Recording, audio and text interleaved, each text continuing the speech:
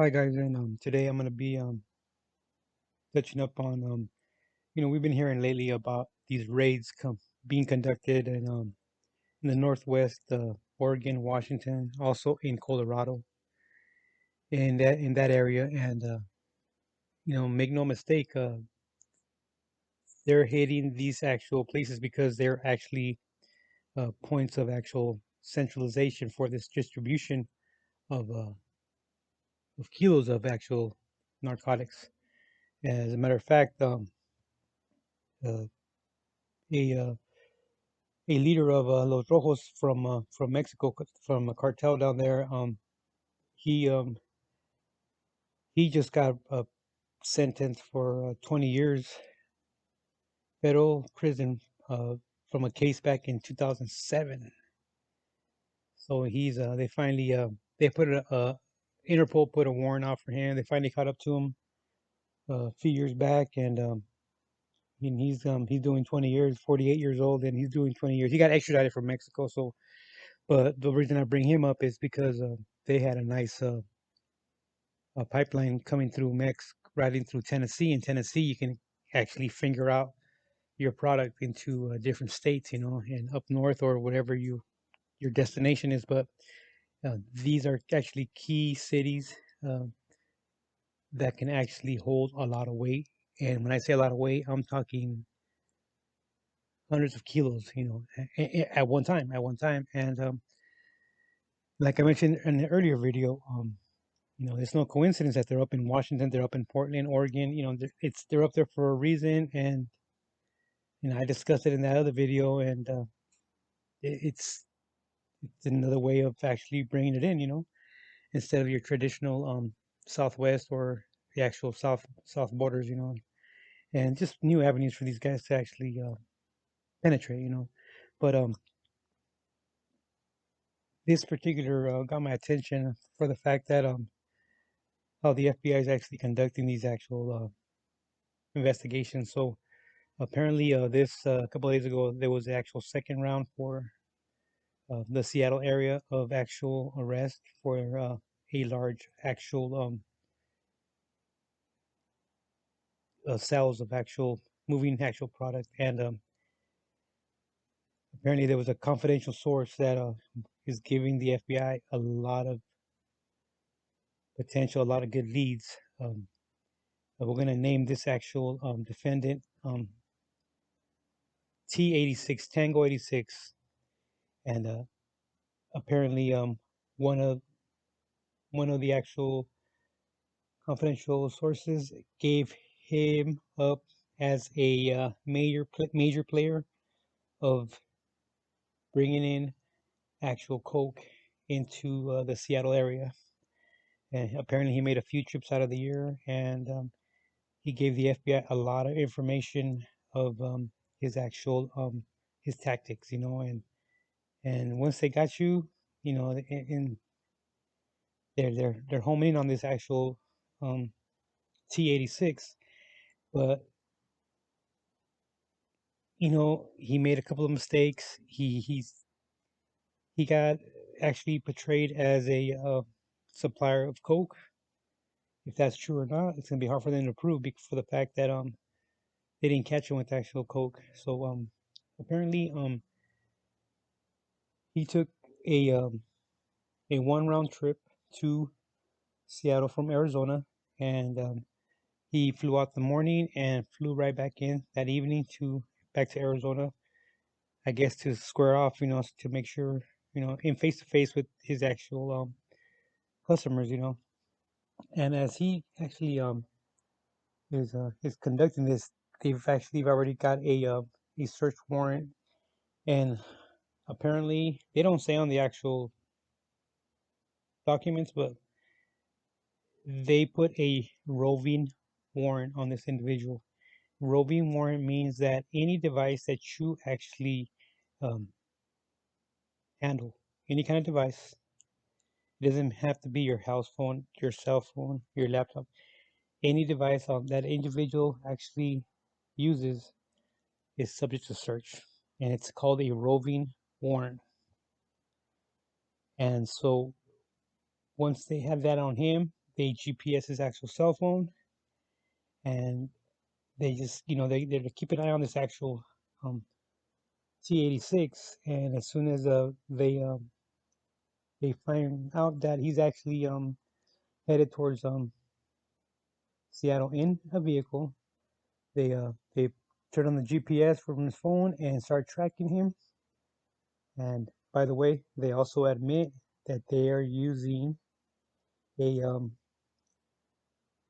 cell tower on a plane. I mean, on the plane, like I mentioned in another video, they're actually conducting that actual tool, and so therefore they have the the actual cell phone service towers and their own towers on airplanes. So as he's making his way up, they know that he stopped off in Sacramento for some rest, still in his vehicle, and somewhere along the line, when he hits up to Washington, he actually rents a vehicle and meets up with an individual. So now there's two males in this actual rental vehicle, and the FBI do confirm that it's actually him by picture. So they're actually taking a look at this guy and confirming that he's the actual driver compared to his driver's license. So again, there's a plane with high power cameras zooming in on this guy driving down the 5 freeway up north, and along with their cell phone towers on that actual airplane and the cell phone towers on the ground. So it's definitely him, and he proceeds to exit somewhere in Washington to actually fuel up. After they fuel up, they wait a little while, and they actually send out a local law enforcement to do a stop for the fact that he was going 78 in a 70-mile zone on the freeway. So he was going 8 miles over the speed limit. And as they conduct this traffic stop, uh, they ask him for an actual registration for his vehicle, and it turns out that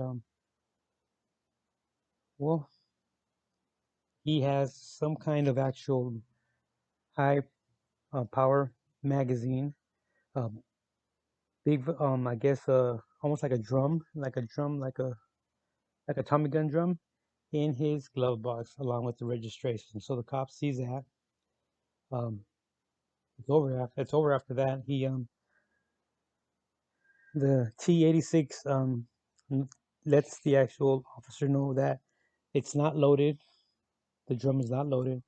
So just for the fact that that was actually visually seen by this police officer, they're both taken out of the actual vehicle, and but they're more focused on actually finding the coke, because that's what he's known for. Actually, supposedly, that's what he was fingered for, uh, dropping off to this area, right? So as they ask him, they ask both of them actually if they can actually conduct a search of the vehicle. Uh, they do not allow them to actually search their vehicle voluntarily. They say no. So as they're waiting for a canine, the canine shows up, and this canine is, see, you don't even know when they're actually being truthful. This canine is actually conducted, it's ran through the actual vehicle, not the outside of the vehicle, I say the outside. They cannot go inside yet because they do not have any permission from them to actually open the doors and let the actual dog go inside the vehicle. So that is not being conducted, only from the outside. And supposedly this canine handler says it alerted to some kind of form of narcotic, either meth, heroin, or cocaine. Um, C86 tells the actual officer, we smoked a little bit of bud, and that could be it. Where the actual canine officer says it's not certified for marijuana.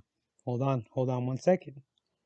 He did not say that that his canine did not have the ability to um, alert to marijuana. He just stated that that dog is not certified for marijuana, meaning it has not been actual checked off for marijuana. It does not mean that that dog cannot alert to that substance. It's all about wording, and that's what the canine said. It's not certified. Okay, it's not certified. It's not admissible, right? But he can alert to marijuana for the fact that that's almost the first thing they teach you. You know what I mean? That they actually train the dogs. You know. So okay, so the lawyer probably pick up on that, and so um, as they're actually uh, waiting for the canine to finish, they're busy getting an actual search warrant for that vehicle through a judge because of the actual the high volume magazine drum. They actually allow the search of that actual they allow the search warrant to go through. So as they're checking the actual search of the vehicle, they find four handguns, a couple of silencers, one rifle, and that drum, and 50,000 fentanyl pills. That dog's not trained for the fentanyl pills, so therefore he did not alert to them pills. But for the fact that they saw the actual the accessories for that rifle, um, they there's nothing you can do there. Nothing you can do there. There's nothing you can do there. And so now they take these two individuals down, and that's it. Unfortunately, that's it. You know, and they did use the actual that cell tower, that portable cell tower they have in the actual in the airplanes, and through the GPS, you know, they pretty much had this guy um, fingered. You know, what I mean, from when they left to Arizona till they pulled over that actual for speeding. So you know, that's a mistake that cost these two individuals a lot. You know, and they might have just forgot about it. I think he honestly forgot about it, and or else, you know, he wouldn't have opened it that freely, you know, you know, and all you gotta do is show them your contract for that rental. You don't have to worry about the registration. You're not the registered owner. All you have to actually present is your contract, your rental contract, and your license if they need it, and hand that over. There was no need to actually go in the glove box and pull that registration out. It's not your vehicle. You didn't register it. It's a rental, you know. But yeah, they caught him slipping, you know, and unfortunately, he's gonna be looking at some time, you know. And but they never did find the actual the coke that he was supposed to be a big player and big mover of that, you know what I mean? And that was all hearsay from this confidential source, you know. Okay, guys, don't forget to like and subscribe. Thanks a lot.